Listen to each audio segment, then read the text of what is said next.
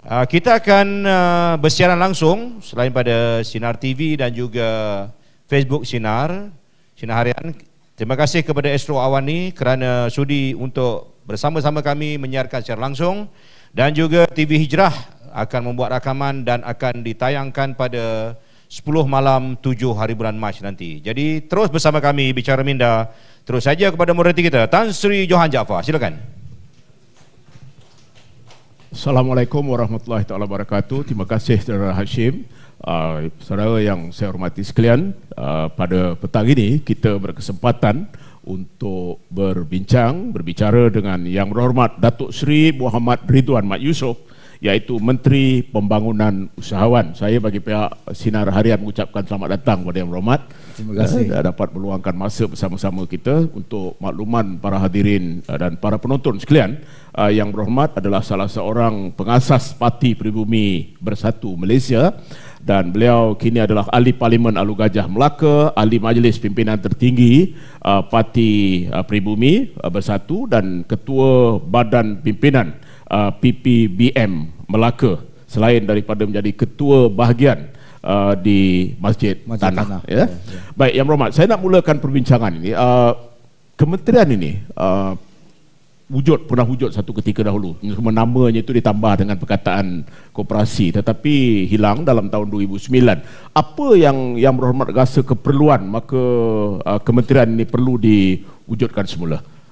Itu kalau kita lihat selepas kita menang pilihan raya PRU 14, ya, masing-masing tertanya-tanya apakah bentuk pasukan yang akan mentadbir urus kerajaan baru, dengan satu hala tuju yang memulih buat satu perubahan. Tak lain tak bukan perubahan untuk membangunkan ekonomi negara, agenda pertama. Walaupun disebut banyak kerusakan yang telah berlalu, ya. Apakah bentuk pasukan? Kalau kita tengok barisan kabinet hari ini, dia berfungsi dan begitu jelas. Tetapi kalau dahulunya sebelum 2009, kita nampak ada perkara yang tersusun, tetapi pelaksanaan mungkin ada kekurangan. Dan saya kata pasti berkurangan, sebab kalau kita lihat dari segi angka penumbuhan, dari segi SME, dan kalau kita tengok hari ini golongan dari B40, mereka berkisar bawah daripada 10%, dan di kalangan antara orang Melayu Bumi Putera. Kalau kita tidak wujudkan, saya nampak agenda Tun Dr. Mahathir sendiri, Yang Amat Berhormat Tun Dr. Mahathir, MECD yang dikenali dahulu adalah di blueprintkan oleh beliau. Semasa beliau meninggalkan kerajaan 2009 dibubarkan, maka ramai orang bertanya-tanya, terutamanya golongan yang terlibat dalam keusahawan, manakah tempat pergantungan kami? Dia kata dia diletakkan dalam beberapa silo. Tak ada penyelarasan. Jadi saya duduk berbincang dengan Yang Amat Berhormat Tun Dr. Mahathir sebelum dan selepas. Saya pun sendiri kurang memahami. Sebab kita bukannya melibatkan diri dalam pentadbiran terdahulu. Jauh sekali melibatkan diri dalam politik. Tapi saya memahami agenda yang dibawa kembali. Maksudnya tadi diwujudkan semula, tidak lain dan tidak, orang kata itu tidak lain tidak bukan adalah untuk memberansangkan balik keusahawan yang telah ditinggalkan. Dan kini saya sendiri alhamdulillah nampak ada outcome yang kita mula selama 8 bulan. Baik, terasnya perkataan yang penting itu adalah usahawan, dan keusahawanan. Apa definisi kementerian dalam konteks ini? Maksudnya bagaimana kita mendefinisikan usahawan? Apakah ahli perniagaan kecil, adakah mereka yang berjual di pasar lambak, ataupun konsepnya lebih daripada itu, misalnya syarikat-syarikat yang sudah mencapai kejayaan dalam bidang SME ini? Dia pendapat saya dan juga apa yang cuba saya bangunkan dalam nilai-nilai baru ni, memudayakan usahawan. Dia ada sedikit perbezaan di antara usahawan dan perniagaan. Kalau kita tidak berjiwa usahawan, maka tidak timbul perniagaan. Ya. Kalau seseorang itu mau melihatkan perniagaan, siapa-siapa pun boleh buat. Ya. Tapi ukuran dia sama ada berjaya atau tidak, terpulang kepada perkara-perkara yang ada. Ya. Tetapi secara semula jadi nak sebutkan sini, kita ni adalah dilahirkan sebagai usahawan. Ya. Dari susu yang nak kita makan atau minum untuk kesihatan dan pembesaran diri kita, di situ kita dibentuk. Kalau seorang ibu bapa contohnya memberi bantuan untuk beri makan bila mereka menjadi seorang anak, diberinya botol susu, itu bantuan. Tetapi anak tu juga boleh merangkak-rangkak mencari untuk minuman. Itu ciri-ciri usahawan tu dari kita dilahirkan. Tetapi kita dibentuk dengan satu budaya yang kita lihat hari ini tidak dibentuk seperti mana yang kita kehendaki, yang telah orang kata tu kalau kita baca kitab agama sekalipun, memang kita dibentuk supaya kita berusaha. Ya, konsepnya itu adalah lebih kepada entrepreneurship atau keusahawanan. Itu berbeza dengan sekadar berniaga ataupun menjual sesuatu, ya Muhammad. Begitu ya? Ya, berniaga ni adalah satu, kalau kita lihat, perbuatan daripada budaya kita sebagai usahawan. Ya. Baik, satu lagi perkara yang saya perhatikan dalam misi kementerian ni, melebarkan keusahawanan Malaysia baru, terutama dari golongan berpendapatan rendah, dari setiap lapisan geopolitik. Boleh Yang Berhormat huraikan sikit apa maksud itu? Dalam kita melakarkan dasar kita lihat, kita ukur kemajuan. We learn from the past and inspire the future. Kita tengok masa depan, apakah yang kita boleh ambil belajar daripada pengalaman yang sudah. Apa saja dasar yang dibuat dahulu, saya sebutkan sekali lagi, baik. Pelaksanaan tu boleh ditambah baik. Ada berkurangan, ada ketirisan, ada kepentingan untuk seseparuh golongan, terutama yang melibatkan golongan politik. Dari situ penumbuhan tu tidak begitu cepat. Jadi kalau kita lihat dari sudut nak membudayakan tadi balik, ada satu cabaran yang besar, nak mengalih minda masyarakat yang mahu berkecimpung. Dan kalau kita lihat hari ini, the geopolitik distribution, orang yang mahu memahamkan tidak berpihak kepada kita. So kalau kita tengok sasaran yang kita tujukan ataupun golongan yang kita mahu sasarkan untuk dibentuk semula adalah golongan yang kurang berpendapatan. P40, kita tak kira sama ada bangsa Melayu, India atau Cina. Tetapi kalau kita tengok statistik hari ini, yang perlu dibangunkan adalah kalangan umat Melayu Islam Bumiputera. Di situlah kita akan pastikan dasar itu akan memberi kepentingan yang lebih kepada golongan yang disebutkan tadi. Walaupun dasarnya ialah buta ras lah, maksudnya dia color blind dari segi bangsa lah. Artinya kementerian hakikatnya the broad framework is yang berpendapatan rendah, yang kurang dibudayakan menjadi usahawan. Kalau kita sebut bangsa Cina, kita tak perlu ajar mereka. Mereka dah diajar dari sampai kecil sampai besar menjadi usahawan. Tapi kalau kita lihat bangsa Melayu hari ini, I'm not bukan nak kita nak apologetic, tapi kita telah dibentuk dengan setiap hari kita diberi bantuan. Apa masalahnya Yang Berhormat selama ni? Kalau kita perhatikan penglibatan kaum Bumiputera dalam soal perniagaan, keusahawanan dan sebagainya. Apakah dengan sekian banyak bantuan yang telah diberikan, tetapi nampaknya tidak banyak perubahan? Apa yang sebenarnya berlaku? Adakah kerana soal sikap, soal nilai, ataupun kerana kita tidak punya tradisi keusahawanan tu? Nombor satu, saya nak sebutkan di sini, disiplin. Disiplin tu perlu ada dalam diri kita kalau kita mahu menjadi seorang usahawan yang berintegriti, yang berdaya saing, yang lebih resilient. Disiplin diajar oleh agama kita. Tetapi kalau kita lihat ini, kebanyakan umat kita, antara faktor kegagalan adalah mereka kurang disiplin.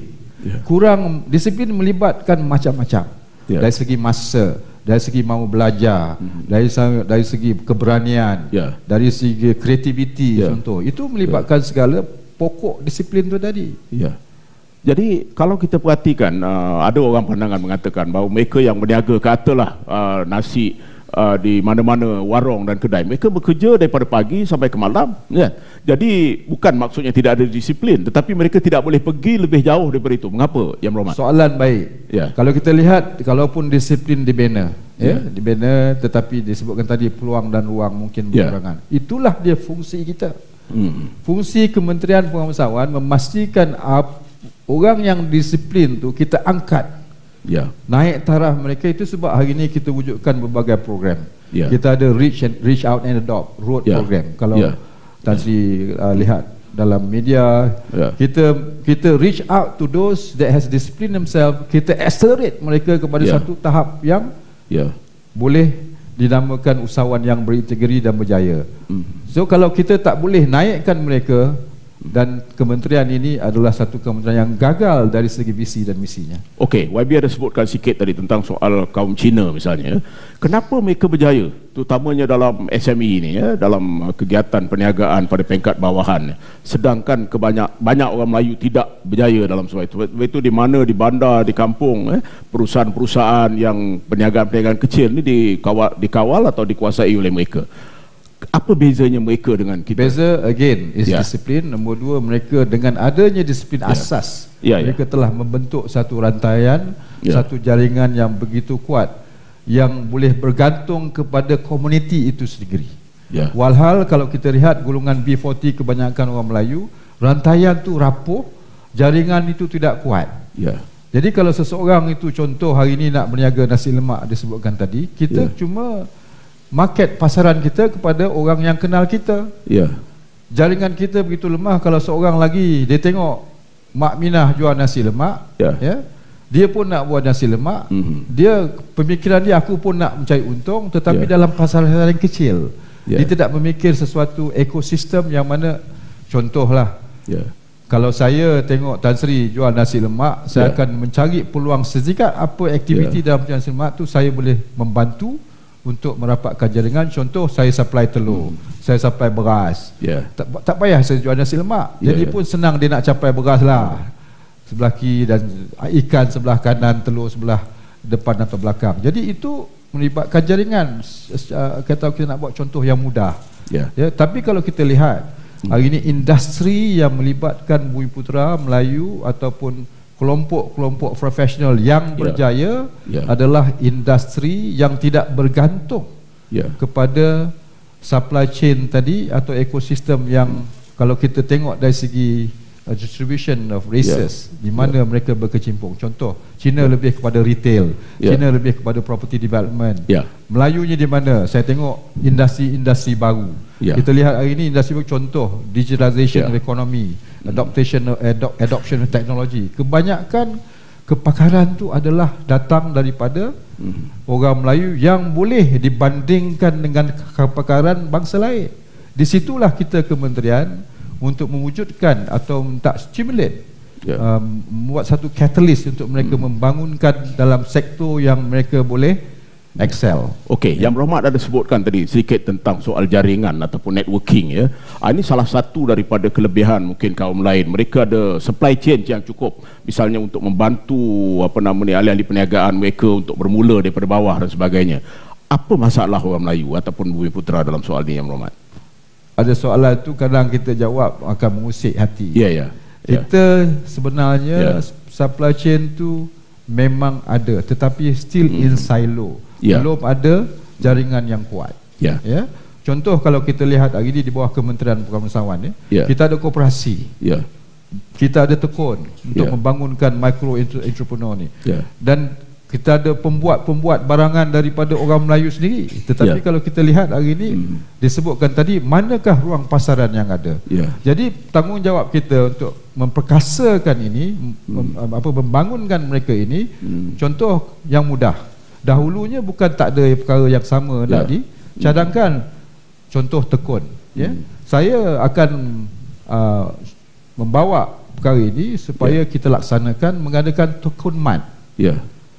untuk memberi pasaran kepada pembuat makanan atau barangan untuk dijual di Tekun Mat. Kalau Family Mart dari Jepun boleh datang, the Lawson boleh datang, the 7-Eleven is there. Kalau saya buat satu contoh Tekun Mat sebelum ini, kita tak ada rantaian untuk memastikan the security of supply untuk kita sustain.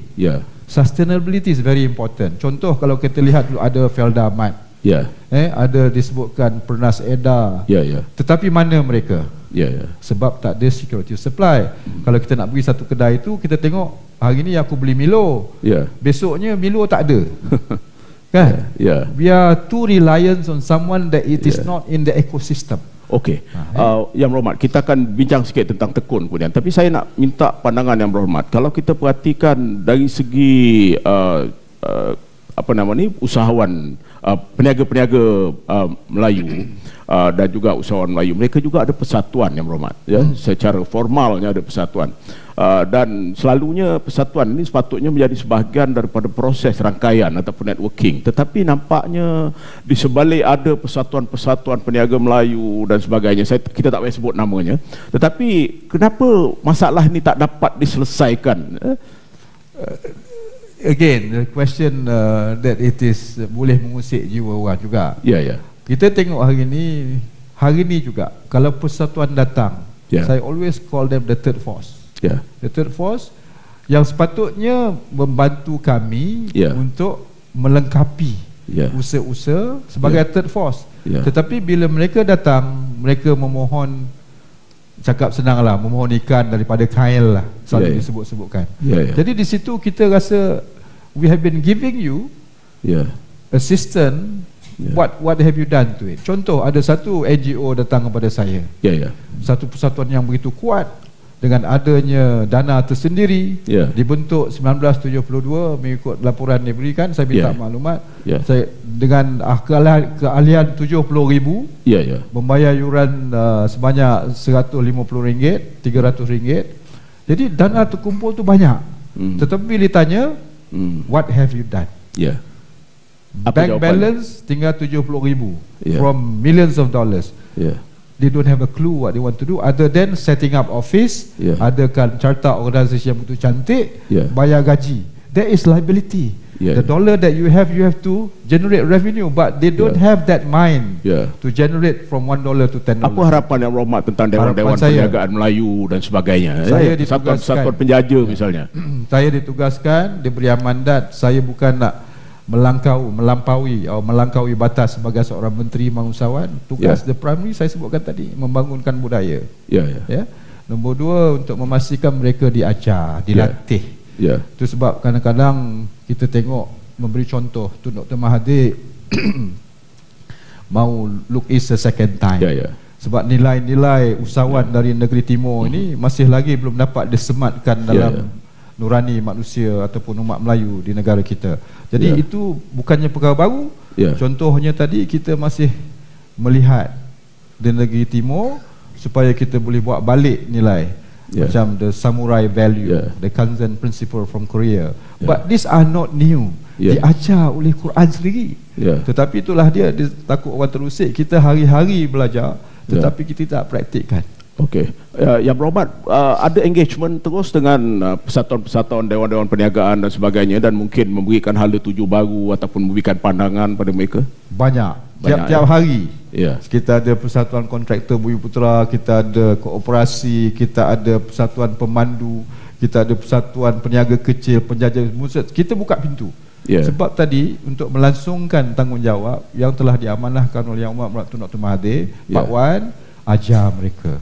Bukannya kita ni seorang cikgu yang baik, tetapi we have to learn for someone that know. Kalau tak tengok sejarah, saya seorang Melayu, di sekolah dahulu, saya dah sebutkan dalam mana-mana media, cikgu yang terbaik bukan kalangan orang Melayu Islam. Saya diajar agama dan bahasa Malaysia oleh guru yang berbangsa Melayu agama Islam. But that is the worst subject that I have performed. So geography, other thing I excel. So maksudnya tadi, yang tersiratnya you learn from the best of the best. Tidak semestinya tak daripada semestinya mana. wise lah. Tapi kalau kita tengok, nak sentuh sikit sistem pembangunan insan kita hari ini, we are too focused on orang kata specific belief. That we dilute kita punya pendekatan tu dengan membuat satu sampadan. Orang lain tak boleh ajar kita sebab dia ada different faith. Dia ada different kepercayaan. Tidak. Saya tak kata begitu. Semua kita umat Allah. Akidah je berbeza. Tetapi cara mereka hidup sama juga. Makan pun dia makan, bergerak pun dia bergerak. So apa bezanya kalau kita nak pisahkan orang yang pandai ini dari mengajar kita? We have to learn from people that know. Kenapa tak buat proses mentoring misalnya? Ada. Kita ada proses mentoring, kita ada SME Corp. Macam-macam program kita ada. Kita ada assessment system. Dipanggil score. Kita tengok mana kelompongan dari segi kebolehan kita dan kita akan bagi tunjuk ajar dan kita panggil mentor-mentor yang terbaik. Tak semestinya daripada bangsa orang Melayu. Tidak. SME Corp kalau tengok ahli lembaga pengarahnya berbagai bangsa, India dan China. Dia ada expert from the industry, bukan saja memberi maklum balas dari segi bagaimana kita nak membangunkan. Dia boleh channelkan usahawan-usahawan untuk dibeli pelatihan. Contoh Binary University bekerjasama dengan kita nak membawa permulaan 20 usahawan untuk menjadi usahawan di negeri China. Dilatih oleh, insya-Allah dilatih sebuah universiti dipanggil Suzhou University. Kita juga berhubung rapat dengan the best school in India. Institute of Entrepreneurship Development in India. So kita boleh hantar mereka ini untuk dilatih. Dan kita juga ada mewujudkan ISP di industry sponsorship program, bukan saja dalam negeri tetapi pun di luar negara, di Jepun, di China dan mungkin juga di Middle East dan juga di negeri-negeri yang ada membuka peluang dan ruang kepada kita. Okey, Yang Berhormat, bila agaknya kita nak melahirkan satu generasi usahawan ahli perniagaan daripada kalangan orang Melayu yang banyak mereka bukan tidak berniaga tapi berniaga cara kecil-kecilan, macam saya sebut jual pasar malam, jual nasi, jual goreng pisang dan sebagainya. Kita nak mengangkat kepada mereka pada satu level yang baru, Yang Berhormat. Not easy, tapi saya kadang-kadang ada orang mengkritik saya buka kenyataan yang bukan-bukan. Contoh, hari ni banyak ditanya dalam program baru, dia kata Pak Wan ni kereta perlu buat, nak cerita pasal kapal terbang. But little that we realise, kita tak tahu kepakaran kepada orang kita banyak. The skill sets are there, except that we are not opening the environment for them. Kalau kita lihat hari ni Global Index, orang yang yang terlibat dalam industri menggunakan teknologi yang tinggi, drone, aerospace, orang Melayu muda. Dulunya 2 bulan sudah bila saya diperkenalkan beliau, he is ranked number 7 in the world dalam Global Index.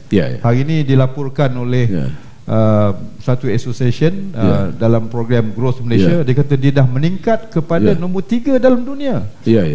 Melepasi pencapaian negeri-negeri maju, dan dia orang muda, orang Melayu yang mau membuka. Kalau beliau nampak di Malaysia tidak mempunyai peluang, dia berani untuk keluar negara, dan hari ini beliau duduk ataupun membangunkan kerja-kerja beliau di 20 negara di seantero dunia. Contoh lagi kebolehan kita orang Melayu, kalau kita naik Boeing kapal terbang Boeing ni, yang membuat design interior ni, ada satu kumpulan Melayu yang membuatnya, design tadi di Malaysia dan negeri saya lah, Melaka. Dan dia ekspor kepakaran itu ke negeri Jepun untuk mereka assemble Boeing, the body parts to become an aircraft. So kita naik kapal terbang, kita pun tak tahu itu orang Malaysia, orang Melayu, budak-budak muda membuat satu reka bentuk dalaman kapal terbang. Okey, itu kepandaian atau kemahiran yang bermakna. Kita perhatikan dalam industri otomobil, otomotif, kita perhatikan bahawa jurutera-juruteranya banyak orang Melayu. Dalam aviation yang Berhormat sebutkan pun begitu juga. Tapi mereka sekadar jadi jurutera, sebagai jadi engineer, designer, tetapi mereka tidak ramai yang maksudnya menceburi bidang keusahawanan ataupun perniagaan. Banyak perkara dibangkitkan bila mereka nak berusaha. The first thing is capital, sumber keuangan, macam mana nak membangunkan. Itu sebab kita membangunkan mereka berperingkat-peringkat, daripada micro ke small ke medium. Dan kalau kita lihat hari ini, sumbangan daripada PKS amat signifikan PKS ni adalah satu kumpulan yang kita lihat mana-mana negeri maju mesti dan selalunya menyumbang kepada pembangunan ekonomi negara. Setakat ini kalau kita lihat data, kita berkisar SME ini lebih kurang 37%, dan kita mensasarkan pembangunan itu kepada 41% dalam masa lagi insya-Allah dalam masa 14 bulan. Kalau dahulunya pendekatan dahulu kita nak bangunkan dari segi pembangunan tu tadi, the growth rate can be achieved in 2023, tapi kita pendekkan untuk untuk dijayakan mendapat 41 dalam hujung tahun 2020. Itu satu cabaran.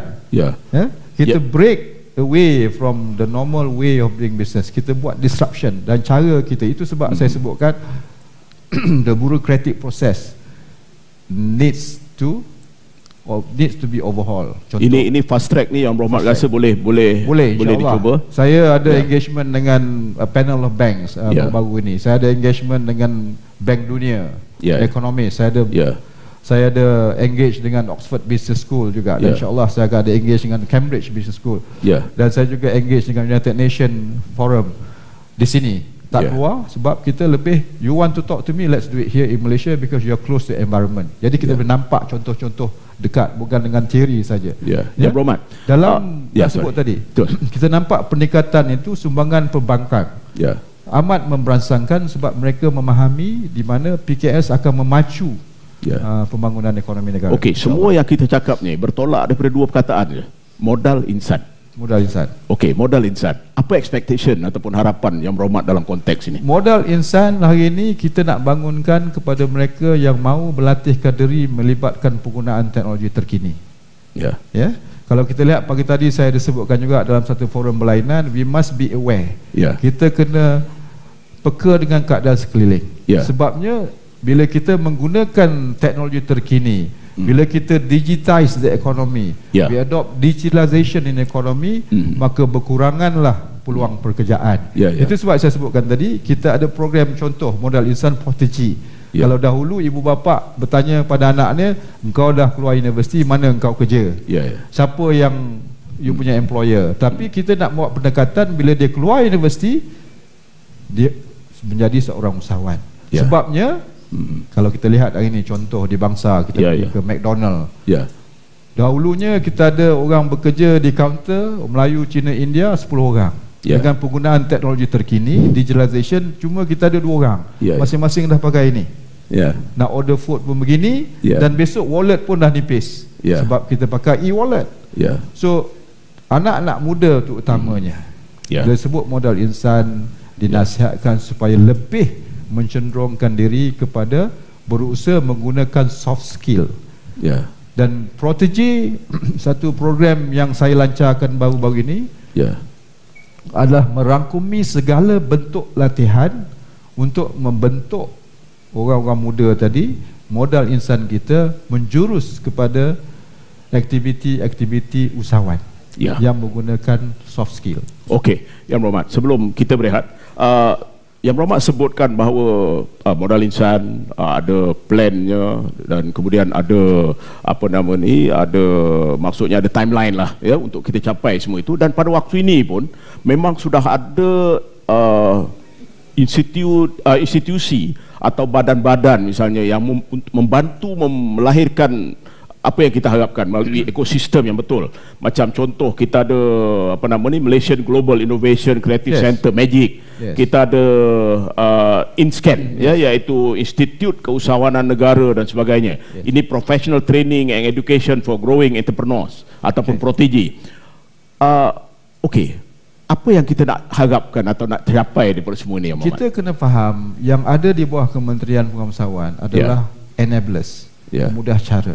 Kita sebutkan enabler, enabler. Kita ada agensi MAGIC daripada ideation kepada menarik pelabur-pelabur untuk mengkomersialkan segala idea kita. Kita ada incubation period untuk memastikan kita bentuk supaya boleh diterima oleh pelabur-pelabur. Contoh Grab hari ini. Cuba penggunaan teknologi tinggi, dia tak ada taksi pun. Tapi satu perolehan yang begitu tinggi, ideanya datang daripada Malaysian, Chinese. Tetapi tak ada orang pun nak ambil, maka the investors from other countries datang baik. So Grab is a success story. Unfortunately, it's not funded. Bukan tak orang kita. Dan banyak lagi hari ini ada program dalam Magic. Kita ada InScan untuk melatih apa saja bentuk usahawan yang dilakukan. Kita ada modul-modul program. Even orang tu nak mengusahakan diri dalam wellness industry, apa tu nak buat apa tu dia panggil postnatal treatment. InScan ada boleh melatih. Kita ada IKM, Institut Kecemerlangan Koperasi Malaysia, yang kita jenamakan daripada NPM untuk memberi satu branding yang kita ni Institute of Excellence, so that to attract people to come to IKM untuk dilatih. Kita ada SME Corp untuk mengukur dan juga membangun dan juga membentuk usahawan ini untuk lebih maju dan berdaya saing. Dan kita ada berbagai agensi lain yang kita berkait rapat. Kita sebagai satu kerajaan baru, dan tugas kita sebagai pembangunan usahawan menyelaraskan. Tak mahu lagi kita kata menteri sana buat ini, menteri sini buat ini, dan kita akan wujudkan satu dasar keusahawan negara, insya-Allah akan dilancarkan oleh Yang Berhormat Tun Dr. Mahathir dalam akhir suku kedua tahun ini, insya-Allah. Baik, Yang Berhormat, kita berehat sekejap. Saudara penonton yang saya hormati sekalian, kita akan berehat sebentar dan kita akan sambung perbincangan kita selepas ini, insya-Allah.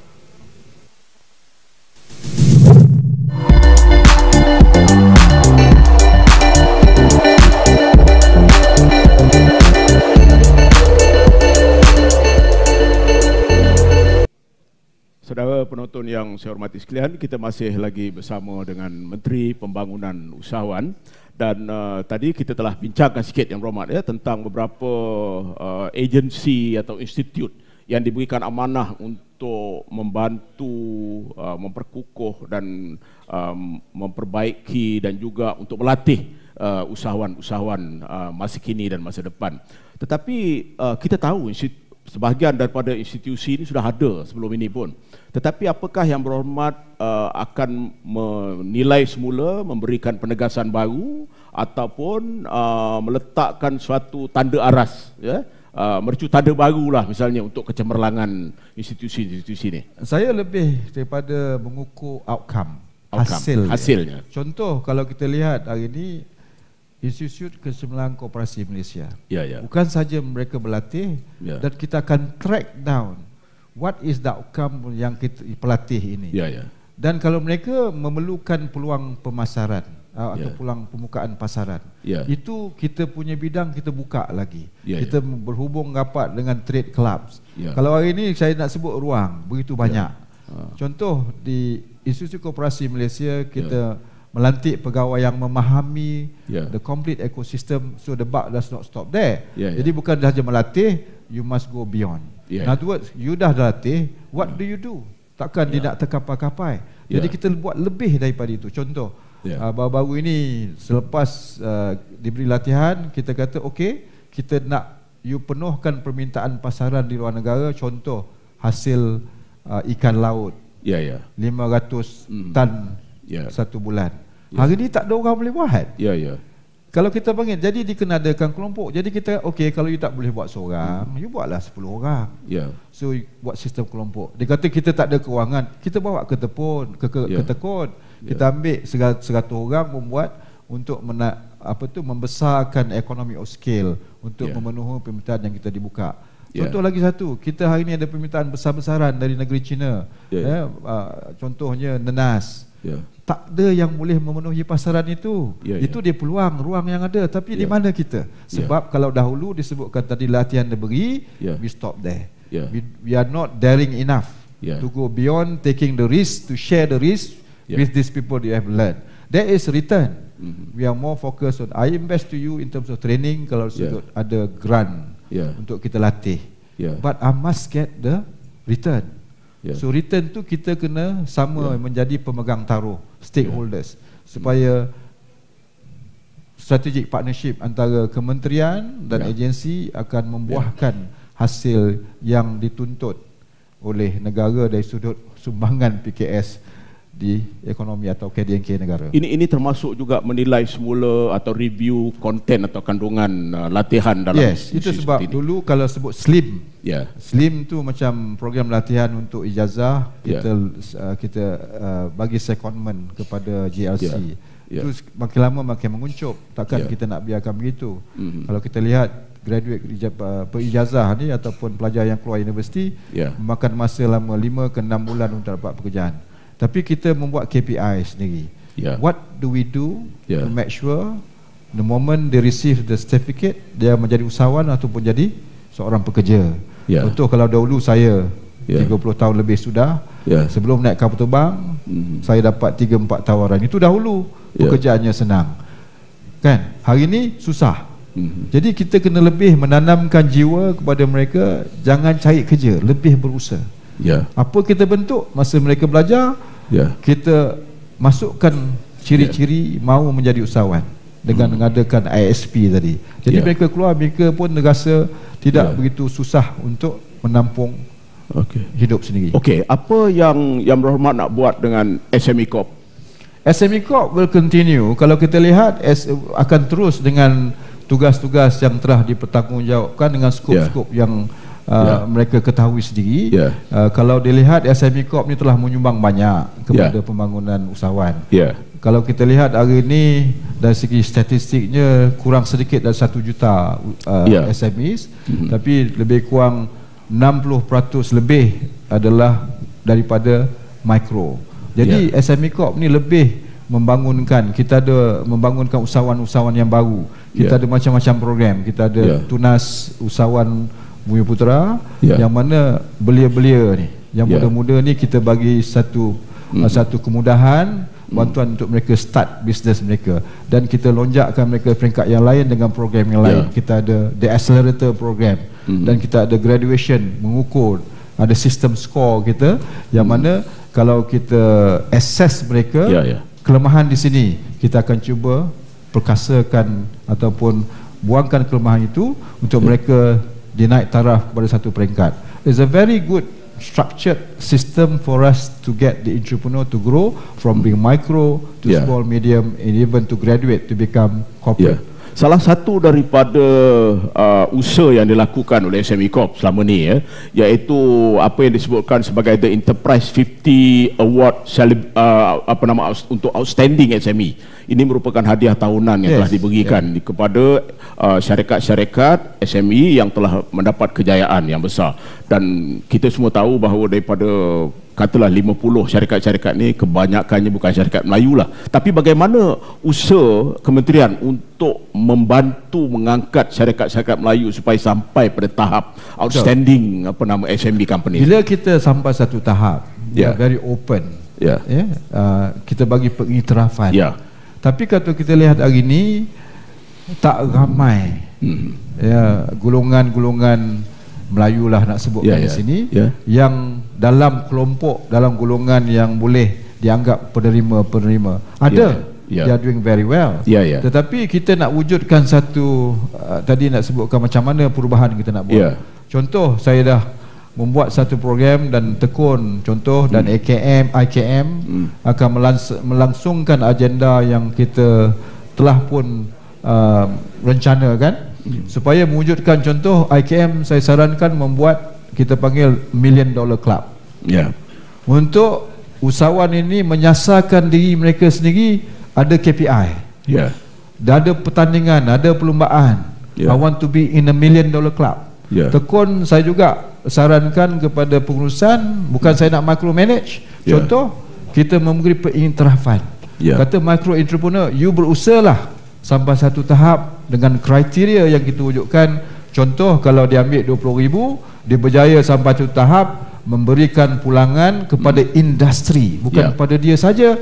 Mungkin kita tak payahlah bayar balik. Sebagai satu anugerah kepada kejayaan mereka. Dari situ kita merangsangkan diri usahawan ini, aku nak lebih berjaya.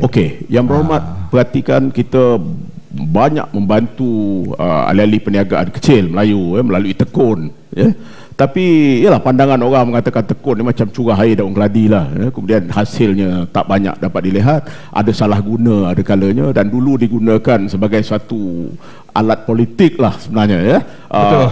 Ya, apa komen yang berhormat tentang soal ni? Dia yang lepas tu kita jadi caladannya okay. lah. Yeah. Okay. Moving forward. Dan kita buat apakah cara kita nak buat dengan lebih baik. Contoh, ini soalan yang amat baik. Ini saya suka nak nyatakan di sini. Semasa saya ambil tampuk sebagai menteri, saya tengok Tekun, tanya Tekun.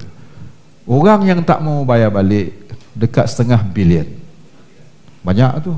480 million ringgit. Ini adalah kemudahan yang diberi kepada orang kata tu bagi cek sebelum isi borang. Tujuan dia berbeza. Ya, contoh saya bagi 10,000 untuk dia kata dia nak berusaha tapi dia beli motor. Atas sebab kesusahan hidup dia beli buku. Jadi kita membagi beban kepada mereka. Untuk apa? Bekerja yang sama tapi nak membayar hutang. Dan mereka tak boleh bayar. Jadi pendekatan baru yang kita dapat. Hari ini kalau kita lihat contoh dari dalam belanjawan 2019, kita ada peruntukan 200 juta untuk Tekun. Saya rasa okey lah, tapi mungkin. So what we did as a change, we are collecting 150 million more. Kita collect 150 juta lebih kurang hari ini dalam masa 80 bulan untuk kita semai balik, kita bagi balik kepada Tekun dengan program yang lebih bersasar. Kita pun wujudkan satu struktur. Kita revamp the struktur. Kita ada seorang pegawai yang memastikan seorang peminjam kecilan Tekun ini orang kata tu dibimbing. Kita ada bukan bagi duit, bukan begitu duit.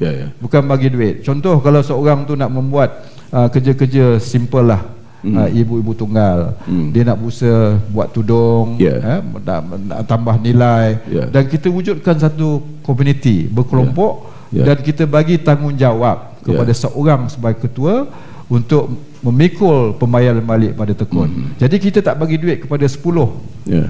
Economic skill saya dapat, dan juga saya boleh membina usahawan, dan juga Tekun boleh mendapat balik pembiayaan itu, dan kita boleh bagi repeat the same process to ada usahawan-usahawan yang lain untuk membangunkan mereka. Yang berhormat rasa bahawa dengan pendekatan baru ni Tekun akan melalui perubahan yang lebih baik, maksudnya? InsyaAllah, kalau itu nak ditanya, bagi kita komplit 1 tahun, panggil saya bagi statistik.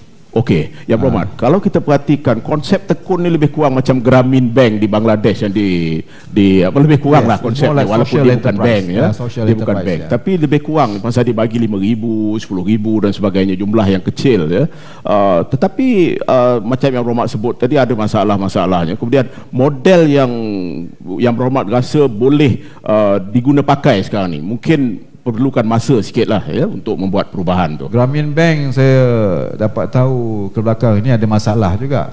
Dalam akhir-akhir ni ada masalah. Ada masalah sebab melibatkan banyak social enterprise.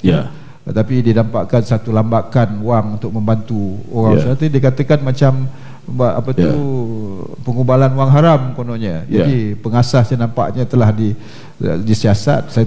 Tapi kalau kita lihat dari segi Tekun ni, kita lebih nak meningkatkan tadi.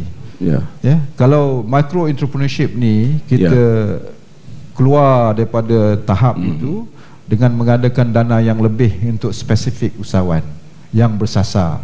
Jadi kalau ada kelompongan dari segi pembiayaan kecil, kita ada amanah ikhtiar yang 3,000, 5,000. Jadi saya sarankan Tekun untuk meningkatkan jumlah pembiayaan untuk sesuatu usaha. Contoh, kalau kita nak membagi bantuan pembiayaan kepada seorang pengusaha yang mahu meningkatkan dalam aktiviti pertanian, kalau dahulunya 10,000 tak cukup. Kalau hari ininya, kalau kita nak dengan penggunaan teknologi, memerlukan dana yang lebih besar, tetapi produktiviti dia akan meningkat. Contoh 1 ekar, kalau dahulunya 200,000 pulangan, dengan penggunaan teknologi, dengan pembiayaan yang lebih besar, dia boleh meningkatkan pada 1 juta 1 ekar. So kita ni orang kata buat assessment yang very comprehensive dengan kepakaran yang ada, dan terus kita tingkatkan. Lebih fleksibel sekali lah. Fleksibel, Okey, yang berhormat, satu lagi, ada 2 bank di bawah Kementerian Yang Berhormat, Bank Rakyat dan SME Bank. Orang semua tengok ni bank ni di bawah kementerian kan? Tapi apa yang boleh dimanfaatkan dari 2 bank ni, kalau YB boleh jelaskan? Tadi disebutkan kenapa bukan MECD ataupun MED koperasi. Saya nak tukar, saya ada sebut, kalau nak kata tambah baik, saya mahu lebih kepada MEDIT. Membership Entrepreneur Development, Investment and Trade. Kita tak boleh lari. Ini mungkin menjemput kritikan, tetapi is you have to have investment, you have to have trade in order to develop entrepreneur. Betul. So kalau sebut MED tadi itu, setakat ini MED lah, tetapi dia punya bidang scope tu akan merangkumi investment dan trade, akan merangkumi koperasi. Sebab dahulu kalau saya letak MECD, jadi nampak sangat koperasi ini dari legasinya adalah untuk memberi pinjaman kepada ahli-ahli, kemudahan keuangan berahlian. Tapi saya bukan nak kill the legacy, tetap bukan nak mengubah secara mendadak, tapi nak memasukkan MED merangkumi segala bentuk usahawan walaupun dalam koperasi. Jadi bila koperasi bawah MED, saya tak pernah cerita pasal lagi pinjaman, kita akan kurangkan contoh portfolio pinjaman peribadi, kita besarkan sikit, diverse sikit dana yang ada untuk pembangunan usahawan. Okey, yang tentang bank tu macam mana yang Berhormat? Ada itu bank tadi, Bank Rakyat bawah saya. Itu adalah bank sebenarnya bermula sebagai bank koperasi lah. Bank koperasi. Itu sebab saya kata nak diverse the portfolio, lebih kepada usahawan daripada pinjaman. Dan memang Bank Rakyat ni dia punya potential kita belum, orang kata, realize, we have not unlocked. Bila membuka potensi Bank Rakyat, very powerful, AA plus rated bank for example, dan kita tengok value dia masih lagi terkunci.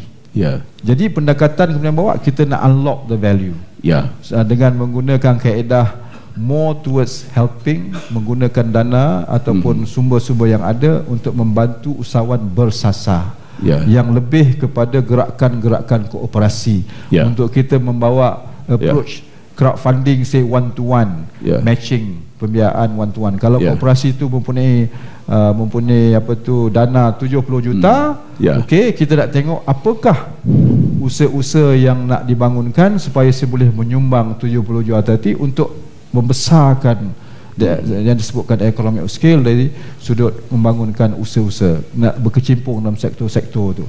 Dan kita buat lebih pada itu, menggalakkan lagi kooperasi. Kita berbincang dan sebutkan tadi dalam kita berkongsi data dengan World Bank, apakah sektor yang perlu kita sasarkan untuk membangunkan. Itu kita perkongsian. Okey, Yang Berhormat, satu lagi kalau kita perhatikan, dunia dah berubah kita tidak lagi misalnya perlu bergantung kepada perniagaan tradisional yang kita faham, tetapi area yang antara lain tadi YB ada sebutkan iaitu perniagaan melalui internet dan sebagainya, macam Grab boleh menjadi realiti sebab perniagaan melalui internet. Misalnya AirAsia menjadi realiti kerana orang boleh membeli tiket online dan sebagainya, dan semua ini berlaku. Dan apakah Yang Berhormat rasa bahawa usahawan kita menyedari tentang peluang-peluang baru yang ada ini? Mereka kena lebih mahu memahami keadaan sekeliling. Walau apapun kita buat dari segi membuka ruang dan peluang, kalau mereka tidak mendekati penggunaan teknologi, kalau mereka tidak mahu belajar penggunaan teknologi, mereka akan ketinggalan di belakang. Ini hakikat. Dan itulah yang kata cabaran yang dihadapi oleh kami di kementerian untuk mendidik mereka ini terus kepada menggunakan teknologi terkini untuk membantu membangunkan usaha-usaha mereka. Okey, bagaimana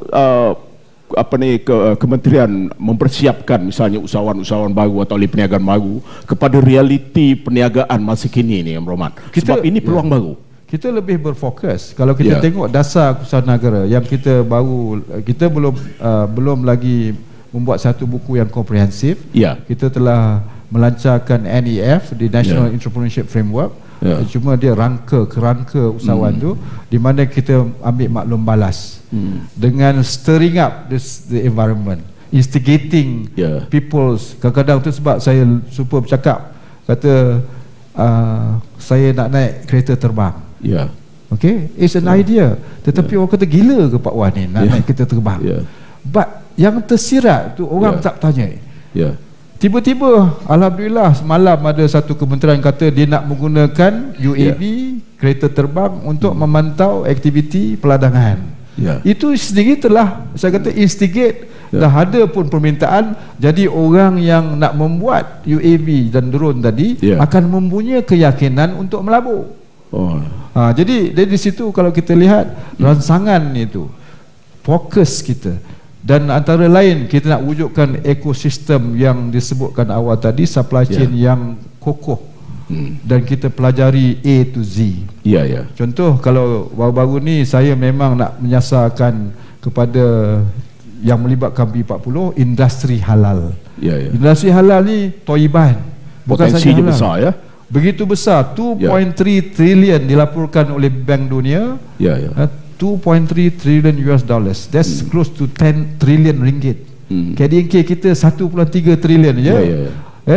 Yang pasaran dunia barangan halal ni bertumbuh 20% setahun. Tetapi kita punya supply chain tak komplit. Ada usaha-usaha antara dua negara. Semalam saya berdialog dengan Australian Embassy Trade Commissioner, dengan Argentinian. Dari sudut kalau tengok contoh, contoh kita mengimport barangan daging halal 100,000 tan. 100,000. Tetapi bukan ahlinya yang menguruskan supply chain tadi. Ahlinya bukannya orang Islam. Di Pulau Pinang 90% barangan halal dikeluarkan oleh orang bukan Islam. Di mana kita orang Melayu Islam, kita masih lagi selesa. Peluang begitu besar. Jadi nak mewujudkan satu ekosistem untuk menarik mereka. Contoh, ada maklum balas semalam daripada negara jiran. Pak Wan dia kata kita akan membantu supply chain halal untuk diberangkan dengan secepat mungkin. We are in a hurry. Sebab mereka rasa mereka sendiri nak orang kata meraih peluang yang sedia ada, yang disebutkan tadi 2.3 trilion US dollar dalam 1 tahun. Bayangkan kalau kita ada ekosistem yang kokoh, yang kuat, yang dipahami semua, maka itulah dia peluang perniagaan yang ada untuk usahawan-usahawan yang mahu berdaya saing, yang mahu belajar, yang mahu disiplin. Baik, Yang Berhormat, sebelum kita berehat dan selepas itu saya akan tanyakan soalan cepu mas tentang politik. Tapi sebelum itu saya nak tanya Yang Berhormat. Yang Berhormat banyak membuat interaksi dengan ahli-ahli perniagaan, usahawan dan sebagainya, muda, tua, yang lama, yang baru. Agaknya apa yang mereka selalu sebut pada Pak Wan lah, apa yang selalu mereka komplain atau mereka sebut yang mereka harapkan daripada Pak Wan ataupun daripada kementerian? Kita boleh buat sedikit pembaikan sebagai satu kementerian. Tetapi peluang kita untuk membuat pembaikan yang lebih meluas memang ada. Tetapi kita berhati-hati. Kalau ditanyakan hari ini secara ikhlas, mereka melihat banyak aktiviti melibatkan pertumbuhan ekonomi is at a standstill, tidak bertumbuh seperti mana yang diharapkan di berbagai sektor. Tetapi the good news is apa saja sektor yang melibatkan SME di bawah kawal selia Kementerian Pembangunan Usahawan, ada nampak kepuasan daripada orang yang berinteraksi dengan saya. Tetapi orang lain yang melibatkan bukan dalam bidang kementerian saya adalah ketidakpuasan hati sebabnya contoh kontrak-kontrak tidak berjalan, ataupun kontrak yang ditawar ditarik balik. Saya rasa pendapat saya lah, ini tidak sihat untuk ekonomi negara. Kalau kita lihat sejak kita beralih kita beralih mengambil alih tampuk permintaan negara. Kalau kita tengok market capitalization dekat Malaysia, yang kebanyakannya keuntungannya dibenafakkan oleh syarikat-syarikat kerajaan. We have lost close to 400 billion in market cap over 8 months. That's not good. Kalau ditanya, itulah maklumat balas yang kita dapat daripada banyak usahawan yang lain, sama ada medium ataupun yang besar. Kalau kita tengok hari ini, Telekom Ya.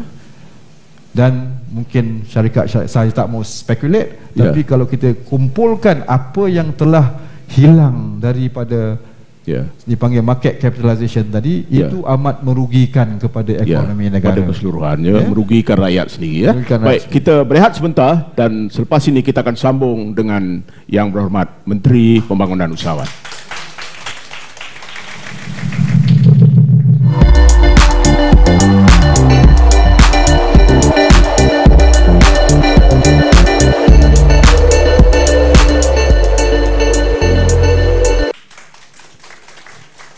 Penonton yang saya hormati sekalian, kita masih lagi bersama Yang Berhormat Datuk Seri Muhammad Ridwan Mat Yusof, Menteri Pembangunan Usahawan.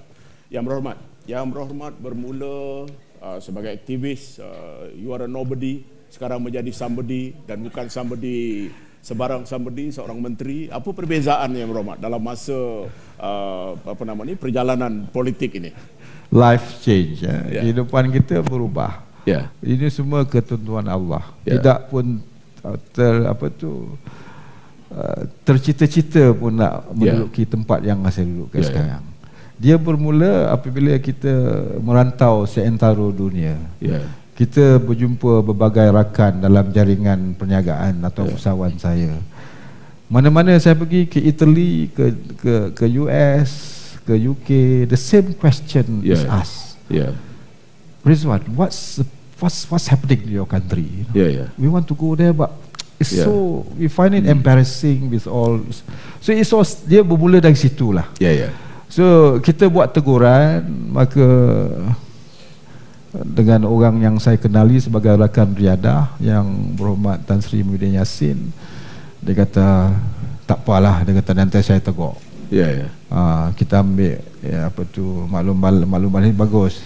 So bila ditegur, cut the story short, maka terjadilah kata satu situasi di mana beliau dipecat daripada Timbalan Perdana Menteri. Maka it start all from there. Question number one, I rasa bertanggungjawab sebab mungkin rasa bersalah sebab dia dipecat. Tapi bukan itu sebab utamanya. Dia pun mengetahui, tapi diri sendiri. Nombor dua, the question, what is next? Do you stop? It doesn't solve the problem dengan maklumat yang saya ada, dengan rantaian rakan-rakan saya ada. Maka he throw the challenge on me, would you want to help this out? I said, why not? Tapi saya tak nak berkecimpung dalam politik, cuba membantu dari belakang. Dari segi maklumat, mungkin dari segi sumbangan dari kawan-kawan sekeliling, untuk menggerakkan satu, orang kata tu, pertubuhan yang boleh menukar keadaan. Tujuan kita bukannya nak menggerakkan satu parti, untuk mendapat satu, orang kata, rangkaian supaya pentadbiran ini diubah. Terlalu banyak kerosakan masa itu berlaku. Dan telah jelas hari ini, dengan untungnya saya sebab boleh melihat fakta yang lebih jelas, kerosakan yang telah berlaku. So dari situlah bermulanya titik permulaan saya merapati perjuangan, memahami perjuangan lama. Dan disitulah diberi kepercayaan. And it started, I want to say again, my career in politics, it started the challenge on me. Dalam satu ucapan sebagai sejarah, saya kata menang Melaka, menang Putrajaya. Jadi itu satu jadi tanggungjawab. Bukan kita nak bercakap lantang-lantang nak menaikkan imej kita, tetapi kita membuat satu rancangan yang boleh memenangkan, dan alhamdulillah kita menang. Maka duduklah saya di sini, walaupun saya tak tercita-cita. Itu ketentuan Allah, alhamdulillah. Tapi bukannya mudah, cabarannya besar, tanggungjawabnya lebih. Dan hari ini dipertanggungjawabkan sebagai ahli tetap Majlis Pembangunan Negara, Majlis Tindakan Negeri Terengganu, Majlis Pembangunan Belia. So saya rasa I need 8 days a week. 8 days a week to fulfill the obligation. But we are in a hurry, we have to fix it. But we cannot blame the past. We have to move forward.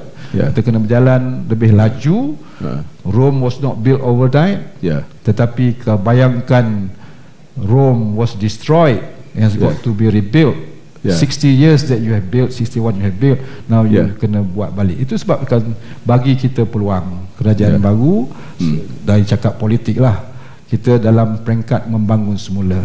Saya lihat kalau kita dah bangunkan dengan baik, dan insya-Allah dia akan menjadi satu gagasan yang boleh memberi keuntungan kepada rakyat dan memulangkan kesejahteraan kepada rakyat dan meningkatkan lagi relevance of in particularly orang Melayu Islam di negara kita sendiri. Okey. Yang berhormat selalunya agak lantang, kritikal, dan menyuarakan pandangan kata orang tanpa fear and favor lah, tapi yang berhormat cuba fikirkan dalam kedudukan begini, agaknya dulu yang berhormat sebut kemana-mana yang berhormat pergi, orang kata what has happened to your country. Apakah yang berhormat rasa bahawa rakyat sekarang bertanya juga what has happened to this nation? Exactly. Exactly. Inilah tugas kita untuk menerangkan kepada rakyat, tugas yang berat yang saya sebutkan tadi, the destruction, if you want to call what you have built 50 years, it takes only 10 years to destroy. We have to rebuild. But I've only here for 8 bulan. Masa kita melakarkan contoh manifesto, kita tidak ada maklumat yang tepat. Kita, jadi bila kita wujudkan manifesto tu mungkin menampakkan dia populist. Tetapi tersiratnya kita kena membuat pembaikan, memperbaiki keadaan, dan di situ boleh memacu kita meningkat satu tahap yang boleh memberi kesejahteraan kepada rakyat. Jadi sila. What happened to Malaysia? People, what happened to the government? Exactly what I said. Tadi I kata the fellow cabinet ministers has got to think as a team. And ini bukan mudah kepada Perdana Menteri untuk mendapat konsensus yang begitu penuh untuk menggerakkan ekonomi, sebab masing-masing macam saya sendiri, apa what happened in the past, we must not do it, we must stop this. It's knee-jerk reaction. It's only orang kata semula jadi apabila kita memerintah, mengambil tampuk memerintah. Jadi kita memohon kepada rakyat yang telah memberi kepercayaan untuk ada sedikit kesabaran. We're gonna get better. Orang nampak yang berhormat, rakyat ni kesabaran dia, yalah, you tahulah, kadang-kadang mereka expectation terlalu tinggi lah, dan mereka mengharapkan bahawa kabinet ni adalah dream team, satu pasukan. It is a dream team. In fact, dia punya kebolehan tu memang banyak, tetapi kita nak selaraskan dari segi nombor satu pelaksanaan, dari segi pemantauan, dari segi perkongsian kepakaran, macam mana cara terbaik. As I said, Rome was not built overnight. Ini satu tim yang baru. Dan disebutkan juga ada kritikan mengatakan Perdana Menteri ini laju, yang menteri ini kurang laju. Admittedly they are clever, they are good, tapi nak sebagai yang berkepalaman satu pasukan, itulah yang kita sedang orang kata tu bentukkan supaya kita lebih dinampakkan satu tim yang kuat, the dream team as you said, untuk memacu pembangunan negara. Semenyih boleh menang? Tu soalan pendapat saya punya orang kata tu analisa gini. Kalau sebelum ini saya rasa suka, tapi pada hari ini saya rasa ada memberi cahaya. Saya rasa insya-Allah kita will make it. Rantau boleh menang? Rantau boleh menang? Rantau saya belum membuat analisa secara tersendiri. Dia banyak faktor. Nombor satu, candidate. Nombor dua, kita kena terus memberi maklumat kepada rakyat. Kita kena terus memperbetulkan kalau ada fitnah, yang menyatakan yang itu yang ini tak betul. Tetapi saya lebih kepada berkempen to tell people we want to do the right things. Kenapa yang berhormat ada hesitation apabila saya tanya Semenyih boleh menang atau Rantau boleh menang, sedangkan yang berhormat adalah di antara orang yang paling berfikiran positif dan optimistik sekali? The enemy has their weapon. Kita ada weapon tersendiri. Kita ni selalu di attack. Jadi bila kita bercakap, we have to be very careful. Kalau orang ini macam-macam orang pertikaikan dari segi kita punya tol tidak seperti mana dijanjikan. Saya sebutkan tadi, bila kita sebut manifesto, kita kurang maklumat. Bukan kita nak lari kepada tanggungjawab menunaikan manifesto, tetapi kita kena sampaikan maklumat itu. Kita kena buat kajian terperinci. Sebenarnya ada skim-skim yang boleh mengurangkan bebanan untuk pengguna jalan raya, tetapi kita menggunakan kepakaran orang yang tahu dalam bidang itu, dan akan memiliki masa dalam mungkin 1-2 bulan kita akan perkemaskan kita punya pengurusan tadi itu.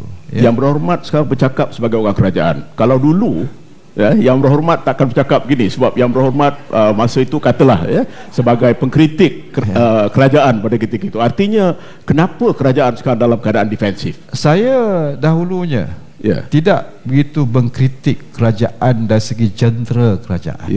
Saya mengkritik pimpinan itu, the leadership itu. They are instituting a bad culture, instituting corrupt practices, instituting, bukan seluruh sistem, bukan. Tapi keruntuhan itu kita nampak dengan leadership yang ada. Dia mengundang banyak satu proses, contoh proses perolehan yang mengundang kepada ketirisan, yang mengundang kepada gejala. Itu yang kita nak buang. Bukannya institusi itu yang kita nak buang. Institusi telah dibina selama 60 tahun. Jadi kalau kita lihat hari ini, saya bukan daripada golongan pembangkang dahulu je, sebagai seorang yang apolitical. Bila kita masuk, saya pemikiran kata I'm now the government of the day. I'm not in opposition anymore. Tetapi kalau kita lihat banyak kritikan yang menyatakan the penukaran pendekatan daripada yang baru menjadi pentadbir urus kerajaan, the government of the day tadi, kadang-kadang kalau kita tengok masih lagi berfikiran as an opposition within a government. Mungkin saya akan dibalon ke bila saya cakap begini, but itu hakikat dia. We must think positive. We are the government of the day. We must think about the rule that we have for the 5-year term. So if we don't do it well, we tak dapat hasil yang dijanjikan, then you have to be prepared to be voted out. It's simple as that. Kenapa kita hari ini dalam usaha-usaha nak mentadbir urus, kita campur adukkan dengan politicking? Contoh, ini pendapat saya. Saya lebih bersasar. To me, dalam masa kita diberi mandat untuk mentadbir kerajaan, bukan saja mentadbir rakyat yang mengundi kita. Kita mentadbir rakyat keseluruhannya, bukannya 42%, bukannya 48% or 52% composition. Is the entire. Itu sebab kerajaan mengadakan kaedah, walaupun negeri itu ditadbir urus oleh pembangkang, tapi pusat datang membantu. Contoh macam melantik saya sebagai pengerusi Majlis Tindakan Terengganu untuk kesejahteraan rakyat negeri Terengganu. Kalau negeri Terengganu nampak besok ada penambahbaikan dengan pimpinan yang Pak Wan bawa, mungkin negeri yang ditadbir oleh pembangkang akan kembali kepada kerajaan. Jadi yang kita lihat kan.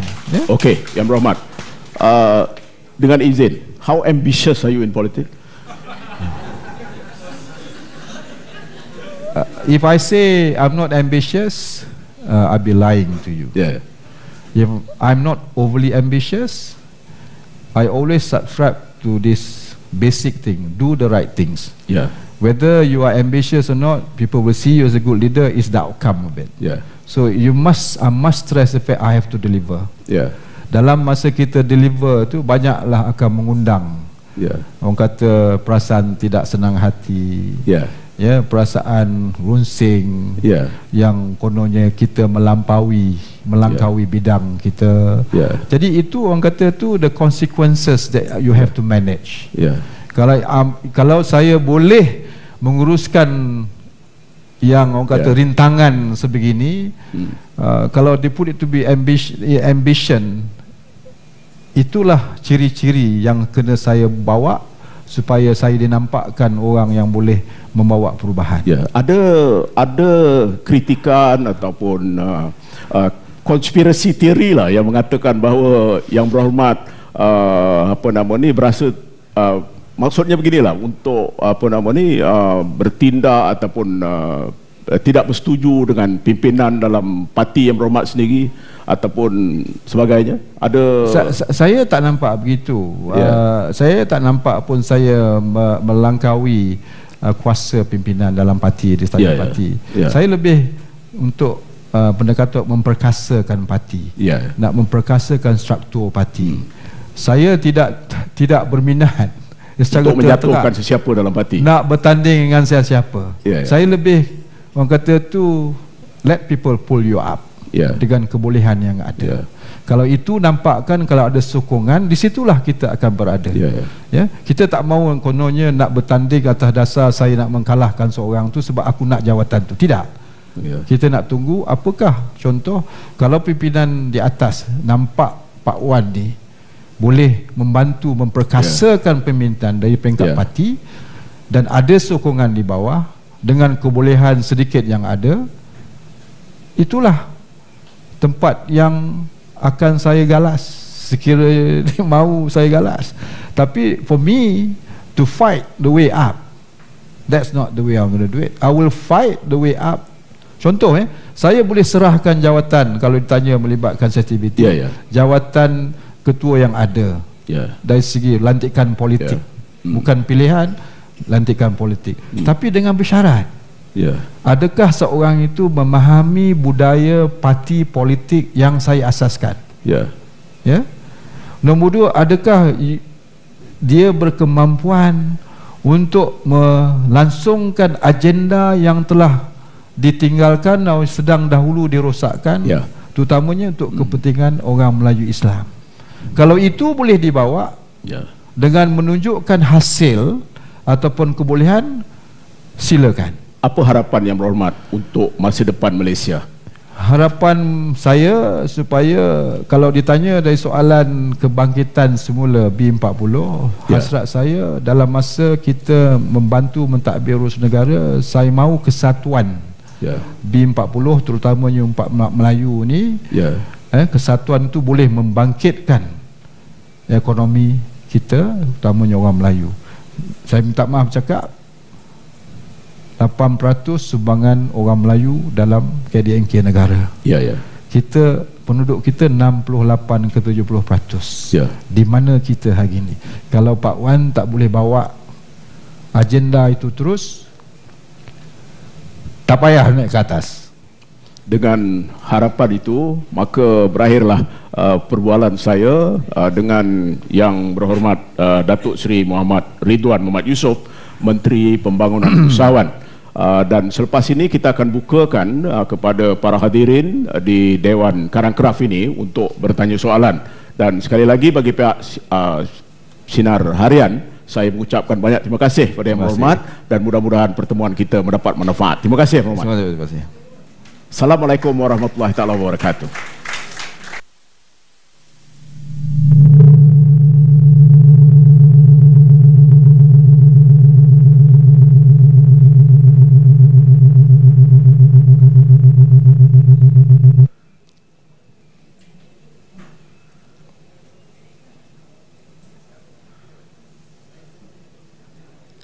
Okey, boleh kita bukakan sebarang pertanyaan daripada Bismillahirrahmanirrahim. Assalamualaikum warahmatullahi wabarakatuh.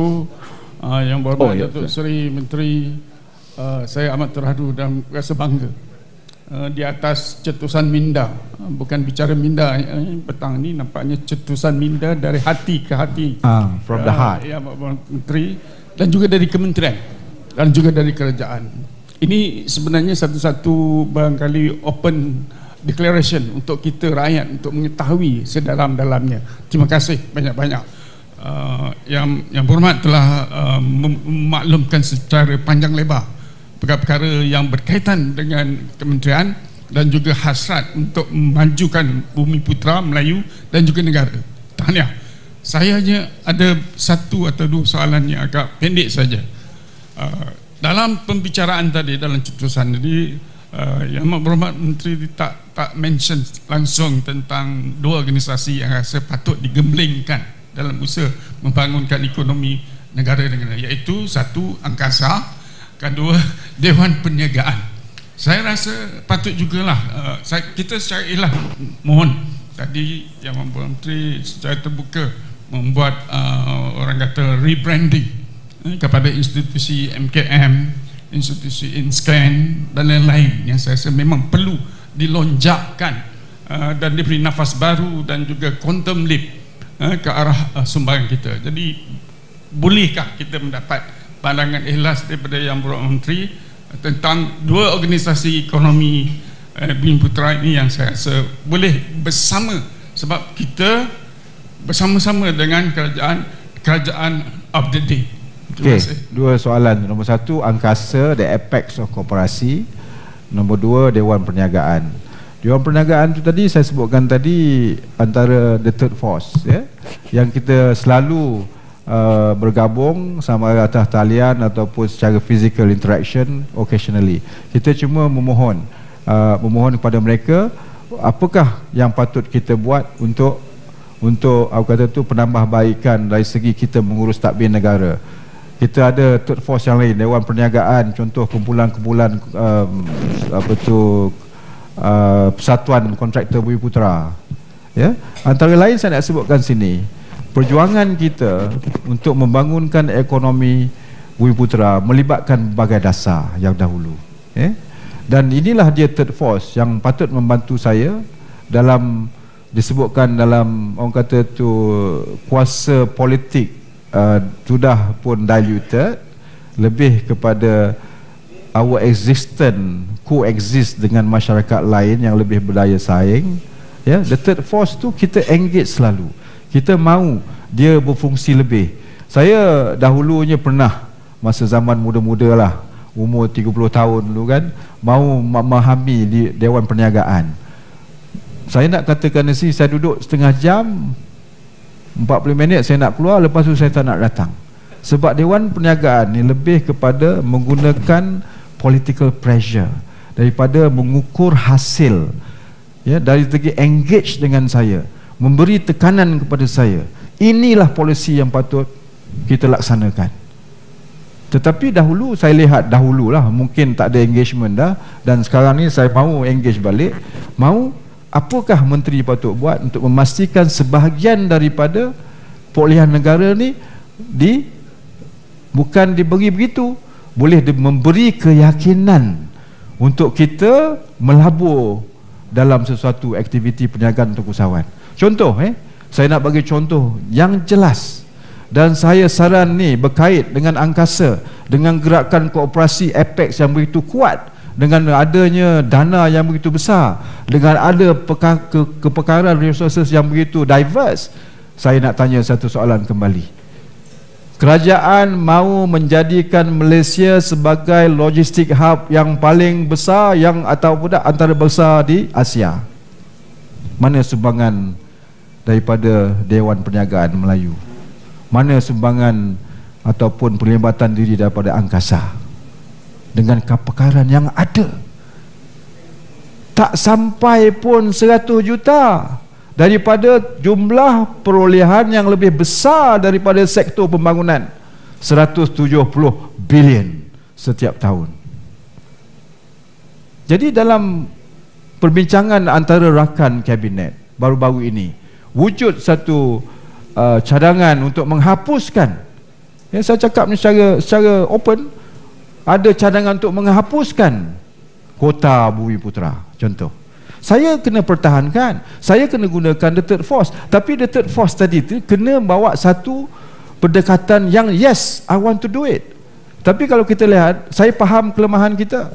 Contoh, ya, dalam perbincangan saya dengan kementerian berkaitan yang sebelum ini menyelaras perolehan logistik, dalam sektor logistik tak sebutkan, siapa antara golongan yang ada hubungan NGO ataupun persatuan perniagaan dan juga syarikat yang berkaitan yang mahu mengembangkan perniagaan yang boleh mendapat manfaat dari sektor logistik tadi, 170 bilion. Adakah kita tak ada kepekaran? Kita ada. Adakah kita tak ada jaringan? Kita ada. 2,900 Bumi Putera berdaftar sebagai syarikat logistik, tetapi mereka tak ke mana. Jadi dia kena gunakan Dewan Perniagaan ini untuk sebagai third force. Pak Wan, why don't you carve out 100 billion or 170 billion itu akan memberi keyakinan kepada Dewan Perniagaan untuk membantu menaik taraf yang 2,900 tadi, ya, melabur untuk meningkatkan relevance kita dalam sektor tersebut. Ini contoh. Jadi antara lain disebut angkasa lah kita nak keluarkan daripada pemikiran atau dalam hari-hari aktiviti beliau, daripada mengurus keuangan lebih melibatkan aktiviti begini, sebab adanya diversified expertise atau diverse expertise yang hari ini kita lihat orang Melayu Bumi Putera memang ramai mempunyai kepala, tinggal lagi mereka tak ada jaringan yang kuat, dia rapuh.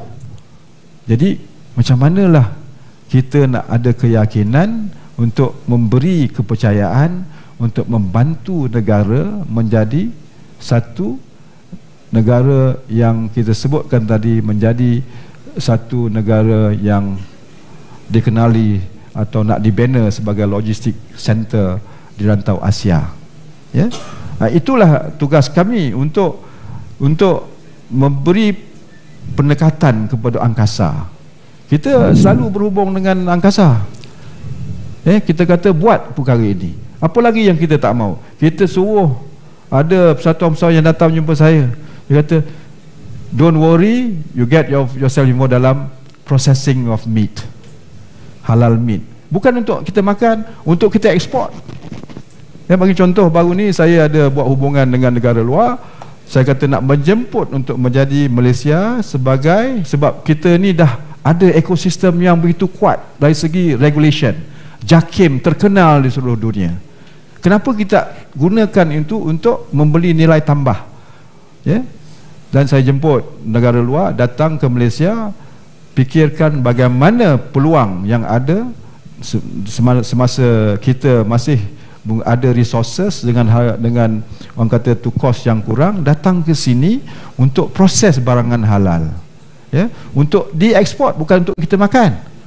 Tetapi mereka bertanya, apakah yang kata environment yang ada? Jadi saya kata kat orang-orang kita tadi ni, wujudkan satu industri, ya, yang membuat ingredient untuk barangan halal, untuk menarik mereka datang melabur di sini untuk membangunkan usahawan yang berkecimpung dalam industri tersebut.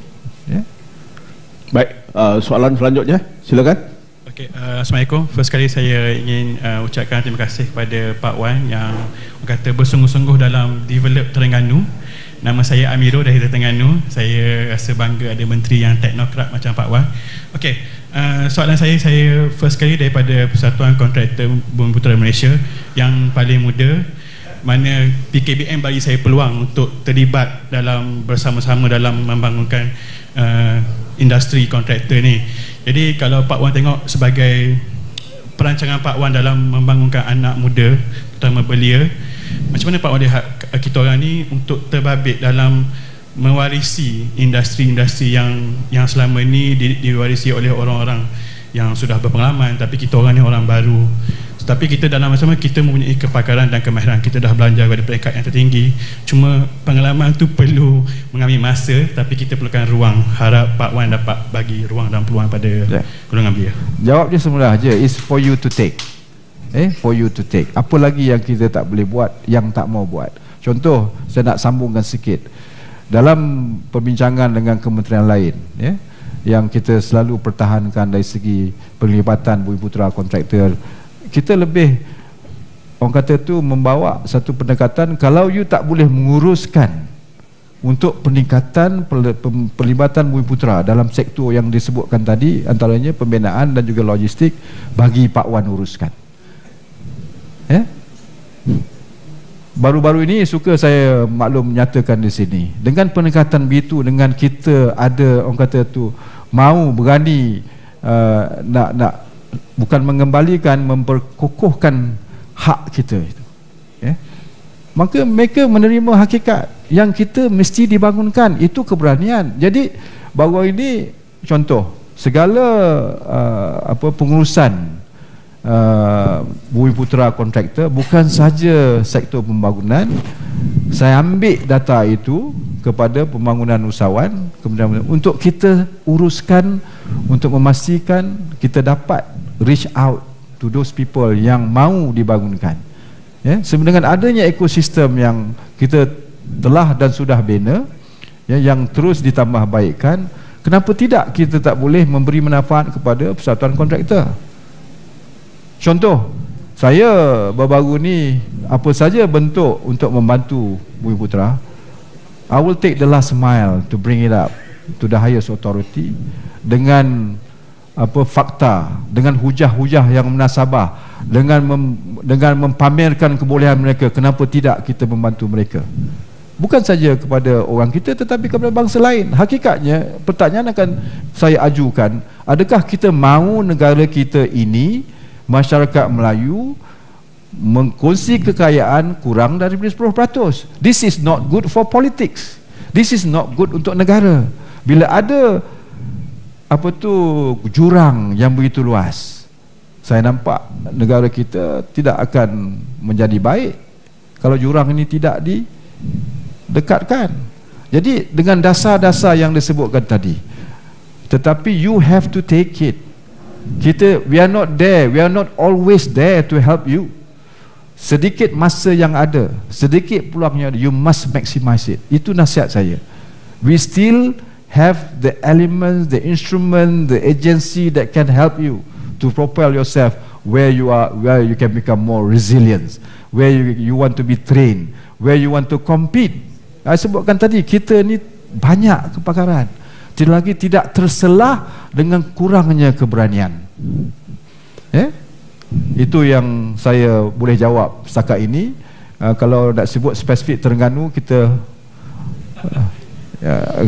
berbual lah di sesi yang lain, insya-Allah.